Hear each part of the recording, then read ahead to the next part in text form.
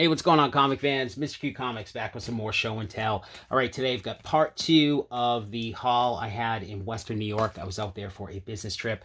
Showed off part one already. I hit up a number of shops, antique shops, comic shops between Rochester and Buffalo. Picked up some great books, so please check out that video as well. But heading back home, I decided to stop at a shop I've been to probably 4 or 5 times when I've traveled out to Western New York. It's outside of Albany, called Greenbush Outer Banks Comics. So I hit them up on the way back and picked up a huge stack of big books. So before I dive into it, guys, if you're a fan of haul videos, do me a favor, go down below, hit the like button, hit subscribe. Let me know what you think about these pickups. All right, so like I said, I grabbed a big stack. I think he had just put some new stuff out. So I'm only going to highlight maybe about half of what I picked up. I picked up a ton of Bronze Age stuff. This is a unique type of shop to me. They don't do modern books. They don't do pull lists, anything like that. At least I don't think they do. He prices out a bunch of books as he can. So there's bins on the top, and then he has boxes underneath. And, you can just, he doesn't mind if you dig through it. If you want to dig through his stuff, he will price it at the counter, which we all know, we complain about this all the time, that people pricing stuff at the counter, and typically it sucks. You spend all that time digging, but I have found this guy to be very fair to me anyways. I've spent a lot of money in the shop, so maybe that has something to do with it, but I grabbed a huge stack, and I thought I got some great deals. So yeah, let's dive into it. I think he had just put out a bunch of boxes. Most of them weren't even bags and boards. So I did a lot of digging. Like I said, it's mostly Bronze Age stuff. I did get a few silver, and I got some great Golden Age pickups as well that weren't part of this new collection he put out. But yeah, he had a ton of just late, some 70s, but a lot of 80s stuff as well. So I grabbed a copy of this I have not had before. Don't know how I have never picked this up, but Silver Surfer number 44, First Infinity Gauntlet. Very cool book. Always wanted to have it. I just, it still commands a pretty high price tag, which I think is, to me, I don't want to pay big money for the First Infinity Gauntlet. It's a cool book. Definitely happy to have it, but I just have not wanted to pay up for it. I think this still goes for over $250 in a 9.8, which I am really surprised by. I mean, I see books that are first appearances of heroes that aren't going for that in a 9.8 in today's market anyway. So still probably a VF copy. It was affordable. Finally had an opportunity to grab one, so very happy to add that to the PC. Next, we've got some Howard the Duck. Very cool books here. Number 12, first cameo appearance of Kiss. I think this is the first cameo of Kiss in comics. I'm drawing a blank. I know the Marvel special edition I'm drawing one is the big magazine. I think that one is not their first appearance, maybe second appearance. I can't remember. Pretty sure this is the first appearance. Cameo anyways. Very cool. 13 is the full appearance, which I had, but mine was in really bad shape. I found it in a dollar bin years ago, and it was all warped from water damage. So these are both solid copies, I think VF range, so very happy to pick these up. I love the comics that tie in with other pop culture at the time. There's a Marvel premiere issue, I think 48 maybe. I'm drawing a blank. I think it's 48 with Alice Cooper anyways. Very cool stuff. So love those books. All right, here's one I can never resist this when it's affordable. DC Comics Presents, number 47. Of course, I am a child of the 80s, so I grew up playing with He-Man. I still have most of my Masters of the Universe figures. This was like my favorite toy line as a kid, so it took me years to finally get my first copy of this book for the PC, but I've picked up a few recently, so very happy to find another affordable copy. This was hot for a while before what do they do? The cartoon for Netflix or something that did not get great reviews. But it was hot building up to that. Of course, everything's cooled off now, but very cool book still. Now this one is really cooled off. DC Comics Presents 49. I think he had like a big chunk of the DC Comics Presents run. I didn't see 26 in there. But this book was really expensive building up to Black Adam. I think this is maybe like a $20 book now. I can't remember. This one's probably mid-grade, I think. Yeah, both of those are probably around the fine range. So still a cool pickup, cool cover. Shazam and Superman versus Black Adam. All right, this is one, if you've watched my videos before, you know I'm a huge Dave Stevens fan. I have this book, but I always talk about how I love finding Dave Stevens just buried in dollar bins or in the bins, which when I got back into collecting, I found a ton of his stuff in the dollar bins because most comic shops, antique shops have these Eclipse and Comico comics from the 80s just dumped in their bins. So every so often you get lucky. He had a bunch of independent titles in these boxes, and I was digging and digging and finally found a box that had this run, which is one of the first ones I'm always looking for. We've got DNA Agents, number 24. Just a phenomenal cover by Dave Stevens. Probably one of the more highly sought after. Sorry, there's a little glare on the bottom there. I can't do much about. Definitely one of the more sought after covers, right up there with Planet Comics. The Space Vixens one is always sought after as well, but this one is just phenomenal. Super happy to find this. I think he gave this to me for like $5 or something like that. So awesome pickup here. All right, we've got a little bit of X-Men. I don't think you have a ton of X-Men in the boxes, but we've got X-Men 109, first appearance of Weapon Alpha. This one was fairly pricey, but like I said, sometimes you pick out some books and you think, that one's a little high, but other ones are super cheap, so it all evens out. This is probably a mid-grade copy, but I think it's always, for me, worthwhile to pick up these Bronze Age keys from the X-Men run. Some Avengers number 6, really rough shape. First, Heinrich, Zemo, and the Masters of Evil. Again, really beat up. This one it's got tape, it's got tons of creases, but it was dirt cheap, and it's complete, which is what matters most to me. So happy to grab that. Another book that was hot. I can't remember what this got hot for, what the rumor was with this character. Totally drawn a blank. I think it must have had something to do with WandaVision, I think. I could be wrong. But anyways, Avengers number 9. First appearance of Wonder Man. Cool date stamp. Again, low grade, but complete. Yeah, I can't remember exactly what the spec was. I got to be honest. I kind of started to get a little bored with all of the superhero movies. The last few I've seen have not been too great, in my opinion. So I've kind of lost touch a bit with what gets hot due to what speculation in movies. So I can't remember what this was. I think it was WandaVision though. Something about that. All right, next we've got Avengers number 87. I absolutely love this cover, Origin of T'Challa. This is just one of those fantastic John Buscema covers from the early Bronze Age, and it's that bright yellow background. Something about yellow books. This one is a pretty solid copy. The yellows just pop, so had to grab this. And here's a classic Wonder Woman cover. This is the second appearance in Nubia, but also very popular for the cover. Wonder Woman number 205. I guess you'd consider this a bondage cover. She's strapped to this bomb here, which I think is a big part of the appeal with this book.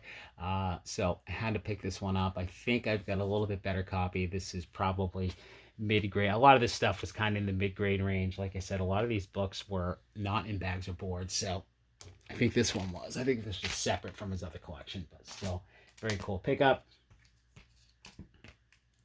A little bit of Silver Age Batman. We have got Batman number 148. This is just one of those classic Joker cover, Sheldon Moldoff cover. So I dig the kind of old school Joker look that reminds me of the Adam West Batman show. So had to grab this one for the PC. It's in pretty rough shape, but still complete. Next, we have got Flash, number 129. This one is, I can't remember. This has got a few things going on. So this is the, where are my notes? All right, first team up of the Golden Age and Silver Age Flash, and the first appearance of the Golden Age Green Lantern and the JSA in the Silver Age. So again, probably in the VG range. I probably paid about what it is worth on this one, I think, but he didn't have a ton of the Silver Age DC. He had pulled out one box that had some Silver Age in it and some Golden Age, which I'm about to show off soon. We've also got a copy. This is a really nice copy, probably high fine to VF range. We've got Captain America 109. I think I might actually get this one slabbed. It's got some tanning, but it's one of those, it's just a classic Kirby cover. It's got that, newspaper backdrop where he's just busting through the page. I can't remember if this has, I think it may have a detached staple at the centerfold. I think that's what is holding this one back, but it presents really nicely. Really curious to see how good this comes out with a little bit of a cleaning, but very cool there. All right, so I had bought some Golden Age from him the last time I was there. It was mostly like old cartoon comics from Dell, stuff like that he had, but he had kind of those, like Archie style, like teenage cartoony romance type of books. So I grabbed a copy of Genie number 15. Typically not books that I would grab, but it was cheap. This is from, I forget when this is from, 1947. Low grade. You can see it's got a wicked spine roll. Looks like it's a single staple book, which is unusual. But cool pickup there. Like I said, it was cheap, so I grabbed it. All right, now into, I have got, I think, 7 Golden Age books here. He had a customer that he said had bought these books from him, but his daughter was getting married, so he had come in and sold, I don't know if he just sold these books back or a bunch of other books. So anyways, guy had to sell his books back to the shop, so he had them back out for sale. I just happened to get there at the right time. I think he had just bought them back from the guy, so very happy to have gotten the opportunity for these. We've got Captain Marvel Jr. number 17. I don't typically chase down the Captain Marvel stuff, but again, the prices were affordable. This is a Mac Rayboy cover from Fawcett, 1944. Again, low grade. This one's not too bad, but probably in the good, very good range. It might have like a centerfold detached. This one is in rough shape, but it's Master Comics. Number 64. It's got bad chipping along the edge. We can see bits are flaking off. The corner's missing. If it was pricier, I would have left it, just because I don't like dealing with books that are falling apart like that. Unless it's like a huge Golden Age book, then of course I'd be grabbing it. But I always get nervous that it's just when it's, I don't like not being able to handle the book without it falling to pieces. So this one is Bud Thompson cover from 1945. Fawcett again. All right, now to the big ones, the 5 big DC Golden Age books. Awesome books here. Super excited. I couldn't believe just being able to flip through a box of books and see these raw and have the opportunity to buy them without having to see them at a show and a slab with the, the convention markup, I'll call it. We've got a copy of Superman number 19. Again, these are low grade for the most part. This one, some chew here. The whole corner is just chewed off, which seems to be really common with the Golden Age books. I find a lot of these things just tossed in, dressers or attics, and just the rodents get to them. But it is complete, so very happy with this one. This is a Jack Burnley cover from 1942. All right, next one is a little bit later on. One of those kind of goofy Superman covers. I'm not a huge fan of these covers from Superman, but this is a beautiful copy. Superman 42. I've drawn a blank. I do want the one where he's getting his hair cut and the guy's scissors are breaking. I think that one is funny, but I don't know. He's just playing some musical instruments with Lois here, but still very solid copy. I think this is in the mid-grade range. I mean, the spine looks good. It's got a tiny bit of chew marks on that corner, but overall, really nice book. This is Wayne Boring cover from 1946. So like I said, I'm more into the, the more action or the war covers from Superman. So luckily he did have a couple. This one is awesome. This is Action Comics number 36. Superman punching out some robots here. This one is fantastic. I think cover may be detached on this one. This is a Fred Ray cover from 1942. This one definitely staying in the PC. When I'm buying a lot of expensive books like this, I talk about it all the time. I'm flipping a lot of the stuff to pay for the books like this that I want to keep. And, this was not a cheap haul by any means. So I'm always torn as to which ones I'm going to unload to kind of feed the hobby. But this one is a keeper for sure. Just an awesome Superman knocking out these robots. Very cool book. Again, I didn't write it down. I can't remember if the cover's detached. I think it is on this. But the artwork is there. It's complete. And that's what I care about most. Last two books, these are the biggest books of the lot. We have got Superman number 20. Again, really rough shape. Maybe this one has the cover detached as well. I think it's actually attached to the bottom staple. A lot of soiling. This is a pretty expensive book. This is, I think I saw it on the Key Collector app as having some record sales with the higher grades right when I was buying this. But just a cool World War II type cover here. Jack Burnley from 1943. Superman pulling this rocket out of the air, saving these soldiers. So very cool book here. And then the big one for me, this is absolutely a PC book. Another Joker cover. Just flipping through the bins and being able to see this, not the bins, but the box he had, to see it raw and get the opportunity to buy it. Just awesome book here. So excited to get this. Batman number 37. This is one of those ones when you're flipping through the books and it's Silver Age, and then boom, you just see this in there. It's like you have to stop. Like, is this really just sitting in this box? But it was. So super excited. Batman 37, classic Joker cover by Jerry Robinson from 1946.